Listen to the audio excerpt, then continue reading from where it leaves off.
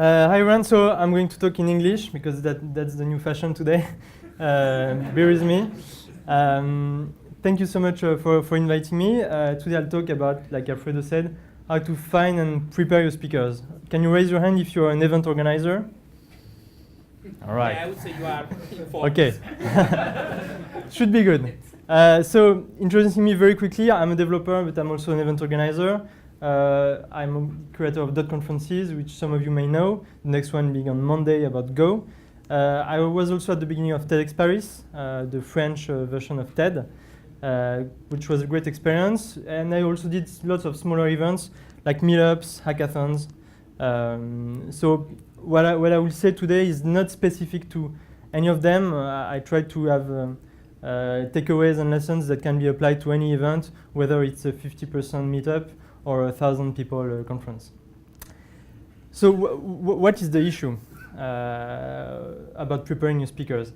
I'd say this is the issue. The issue about speakers is that it's not a blocker, preparing new speakers. The blockers for a conference are finding a location, taking care of the food, communicating about the event, and then if everything goes well, then the speakers will be there and will do their thing anyway, right? But that's a paradox, because I think what most people will remember about your event and why they actually came to the event are the speakers, right? Like some of them may come for the food, I don't know, but Any that also for the food. yeah, well, that's ideally that's what you want to optimize for. So I think we should take better care of our speakers, and we should maybe think a bit, and that's what I invite you to do for the next, let's say 18 minutes, to think more about what speakers am I inviting, why am I inviting them, and how should I make them do their best on the day of the conference. So the first part is obviously looking for the speakers, and before you actually begin to look for them, you have to ask yourself, what is my audience? You know, who are they like? What do they come to hear? What do they usually expect at those conferences? What are the price of my ticket? So what are the expectations of people? What is the time of the event? All of those are questions that will kind of make you build a profile of your audience. And from that profile of people you expect, you can actually like reverse engineer that profile and build the profile of your speakers, you know, to match them very well. And this is something you really should spend some time thinking about. I'll just give two examples of events we do that are really different and have different speakers in consequence. The first one is préparer. It's the French Parisian Python meetup. It's a very small meetup, very community oriented. For those, the people that come are like Pythonistas. They expect presentations that are specific to Python. The few presentations we refuse are those who are not specific enough to Python, and the moral contract with the audience is when you come, we will speak about Python. It may seem obvious, but I know some meetups, you know, where people come and they get presentation about some other language that is loosely connected or about something that is loosely related. There are so many meetups that people that choose to go to yours actually expect something in relation to that. And that's about it, really. We do presentations in French because most of the audience are French. We thought about that in advance, and that's really all there is to it. At kind of the other end of the spectrum, for the conferences that we do, that can go up to 1,000 people, that are usually more than 100 euros a ticket. There we have much more work on choosing the right kind of speakers. There's also one single track, so if you put somebody on stage that is not relevant to the audience, you are wasting 1,000 people's time at the same time, right? And that's bad. So we kind of, time after time, we built a profile of the audience with the feedback forms that we sent, and we kind of found what is the kind of speakers we want to invite and that people expect. And for us, that's different for everyone, but for us, we know it's an open source contributor that is respected and influential in his or her communities, that has already some kind of experience speaking publicly, because if you speak to that, it's a bit impressive, and some people can really not do it well if it's their first experience. We also want a good English speaking skills, because all the talks are in English, and some people are not French in the audience. And we also we have also requirement on like the neutrality of the talks.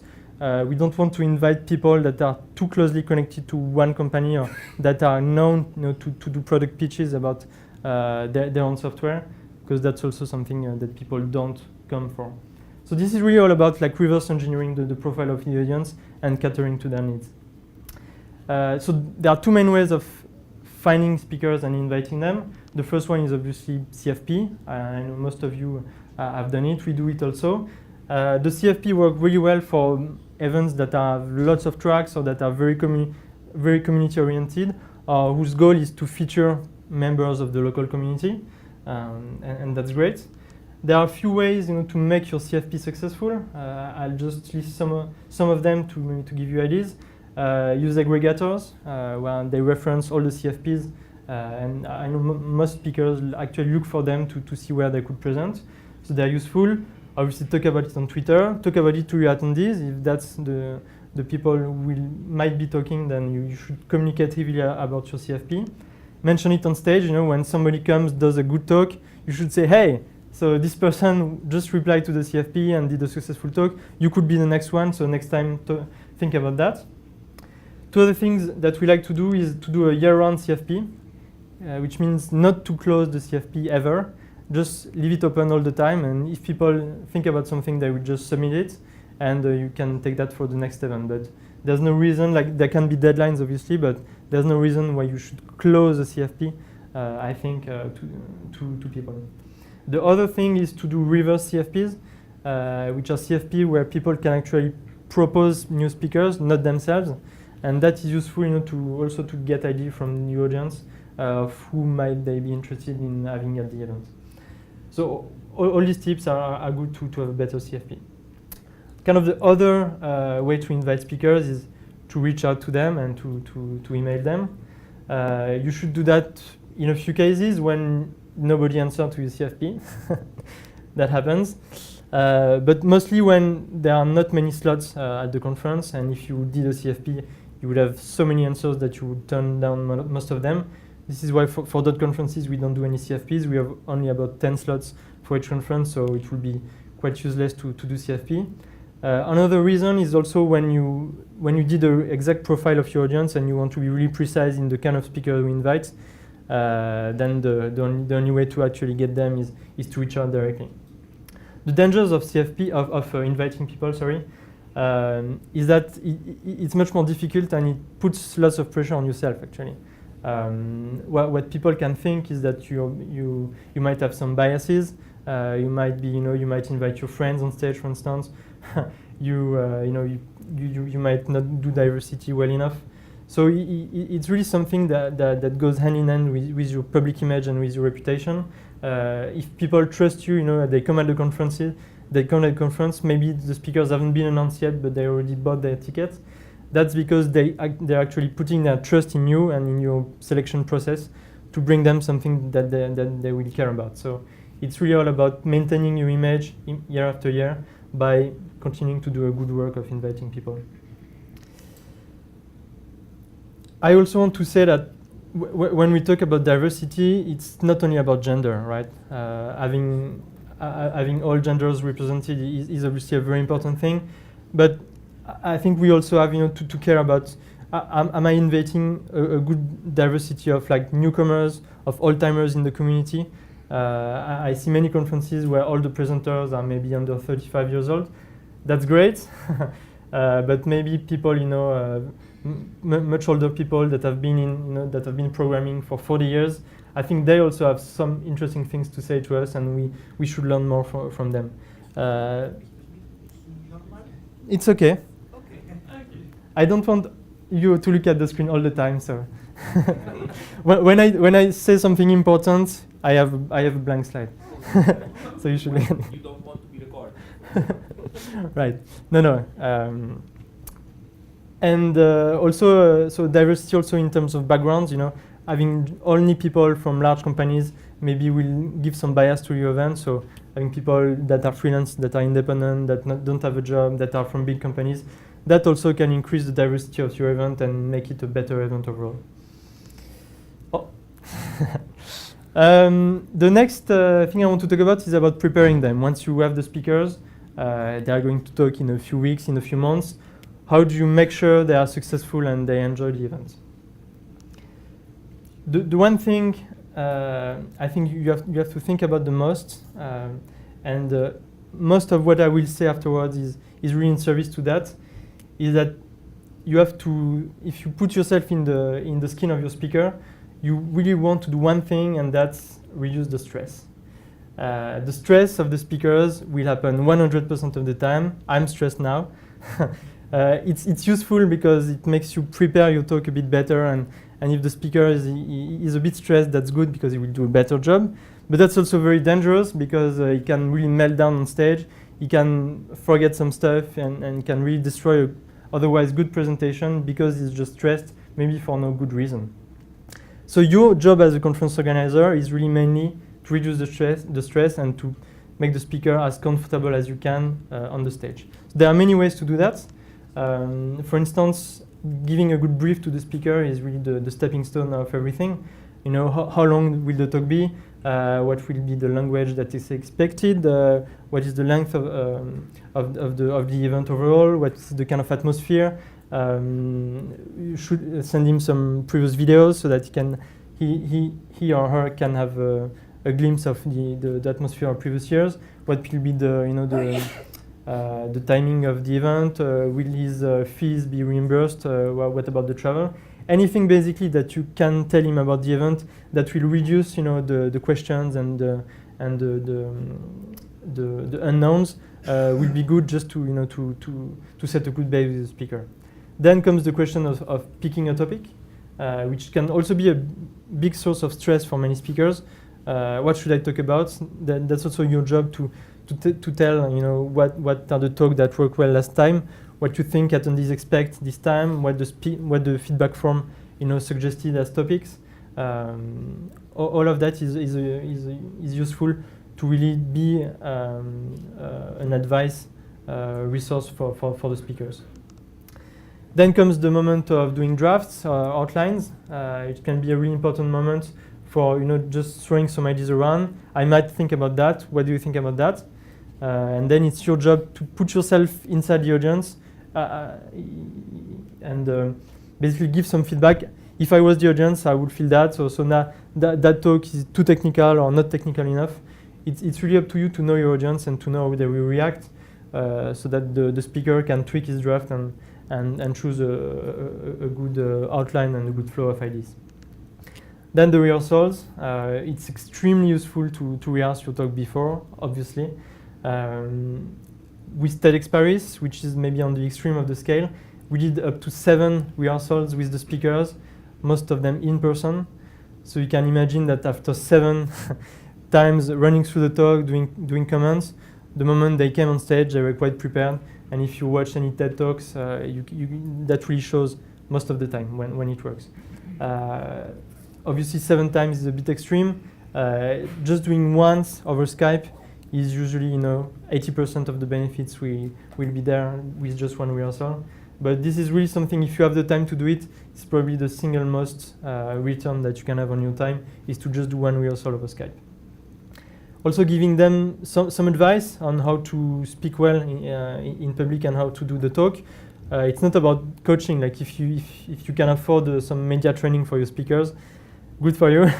You should totally do it, but even without going that far, there are just a few things that you can say that will really make an impression or take care of the worst cases. The first thing is to memorize the first and the last sentence of your talk. It's really simple to do, but it's something that you should always tell your speakers to do, because basically that the single most, if you think in terms of stress, the peak of the stress will be at the beginning, like the very first time they speak. That's when you really don't want to think about what you're saying, you just want to say it. So that's why they should learn it by heart. And then at the end of the talk, hopefully there's no stress anymore, but the last sentence is what people will go on with and what they will remember the most. So those are the 2 things that you should tell them. You should know that even before you come on stage. You should learn that by heart. The other thing is to start your talk, by making people care for what you're saying. If you just start and straight into the content, and it's not just about doing some storytelling. I didn't do that today. It's just about making people, think, okay, why should I spend the next 15 minutes of my CPU to listen to you, right?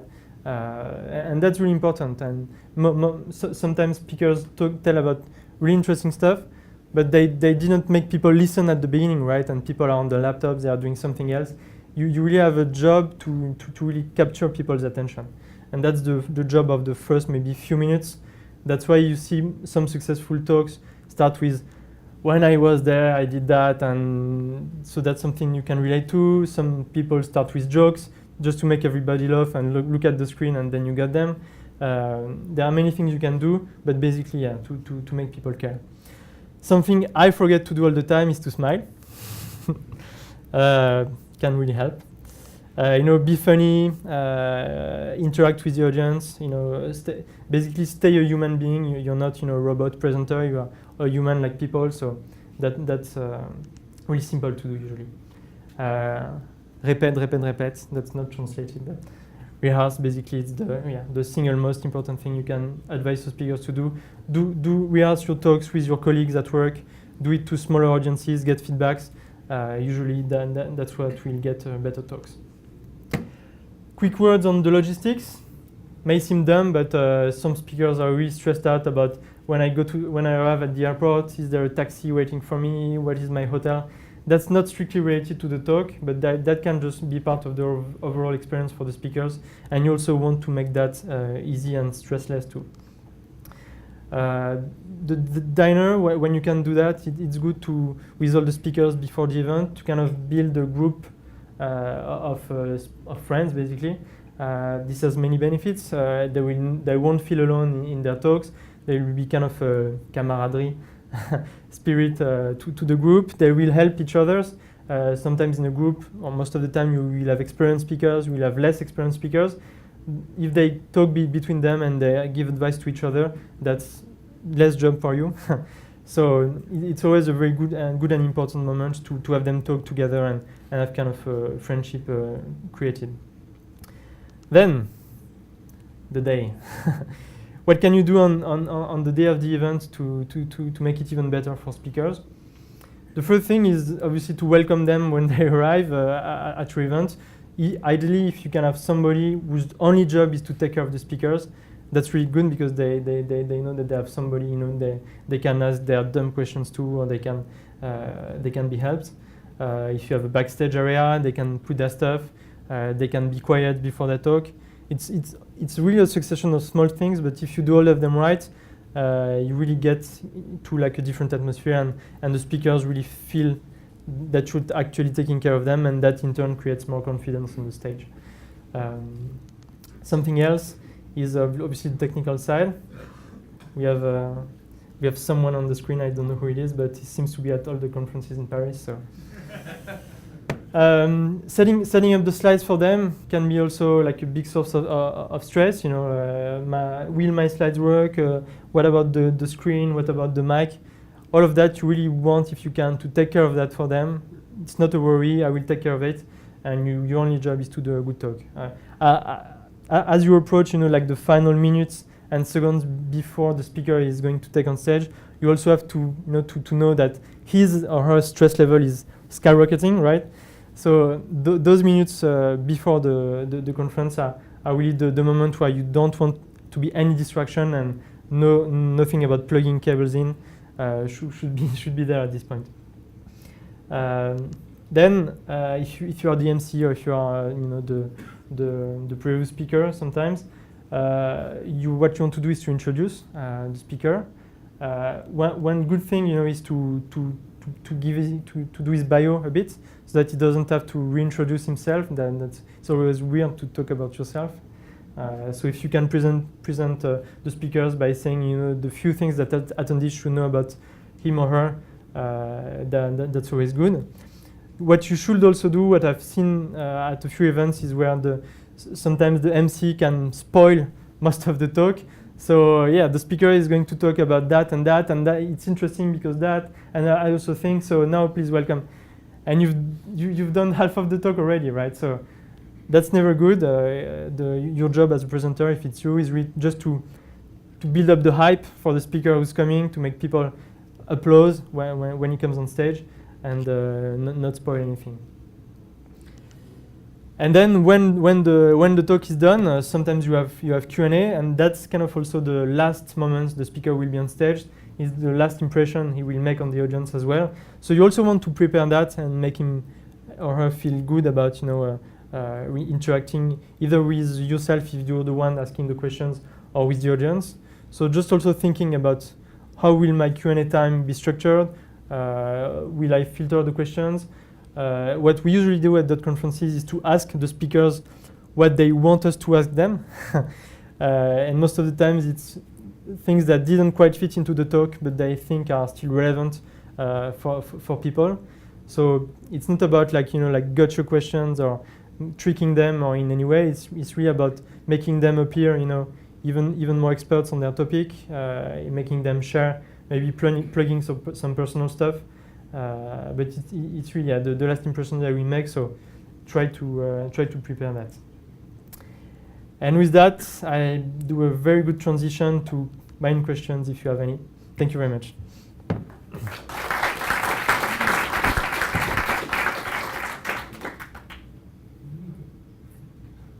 If you don't, that's fine too.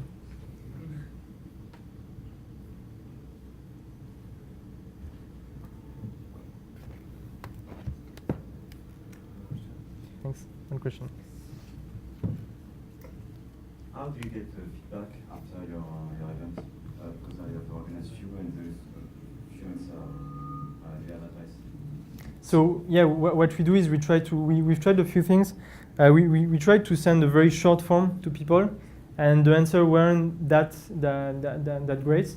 And then we tried the opposite. We tried a not very complex but much longer form where they were able to rate every single speaker and to be very precise. And we found out that people actually reply more to these kind of forms because I think even more French people have a deep drive to criticize and to give feedback, so they kind of want to be really precise. And if there was one thing at the conference that didn't work well, or they thought they want to do it right. And so having a complete feedback form we found is a good way to let them and to kind of tease them to give you feedback, and also obviously talking about the feedback form during the conference and kind of saying that this is true obviously, but saying that this is the way we improve ourselves, and if you want to be part of the community, to contribute and to improve the event, this is the single most important thing you have to do.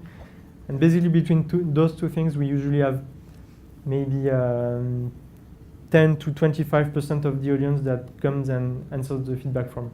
And obviously we broadcast it by email and Twitter after the conference too.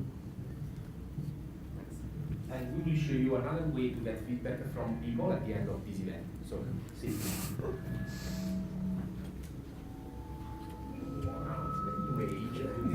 There's a flanger.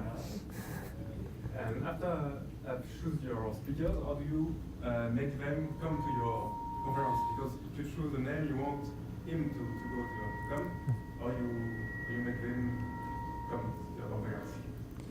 So, the metrics we usually have is that we maybe between 20 and 30% of the people we invite actually end up coming to the conference. So, for instance, for .js, which is our oldest conference, we have a list of 250 people that we've already been in touch with that have told us, oh, not this year, I won't be able to come. What we do is we really just try to stay in touch with them. Not a worry, we do this every year, and I have speakers that I invited 4 years ago that will be on stage this year, for instance. So yeah, it's really all about just building a relationship over time and not expecting that any one of the people we invite will actually be there. So when we have 10 slots to fill, what I will do is I would usually send 35 emails inviting everyone. Hopefully they don't all say yes, but it's never been the case.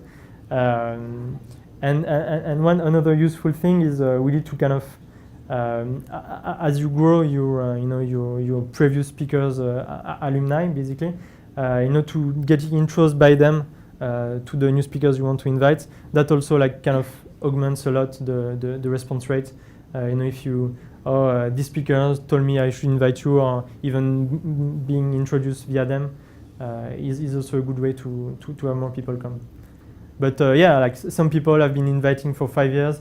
They have never answered once to my emails, and I want, like, this is how we got Brendan Ike to come. I think we had Brendan Ike, the creator of JavaScript, at the JS 2 times actually, but the first time I think I must have sent probably 15 emails. I phoned people at Mozilla. I did many things, and in the end it worked. It was really about reaching out to me with many different channels. If you really want someone, that might work. But just strength in numbers.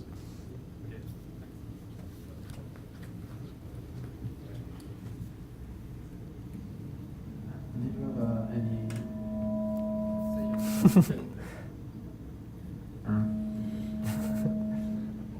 Okay. Okay, yeah, you can just shout. It's okay. Do you have any politics about the fact you could pay your speakers? Good question. So .conferences actually started as straight copy of TED.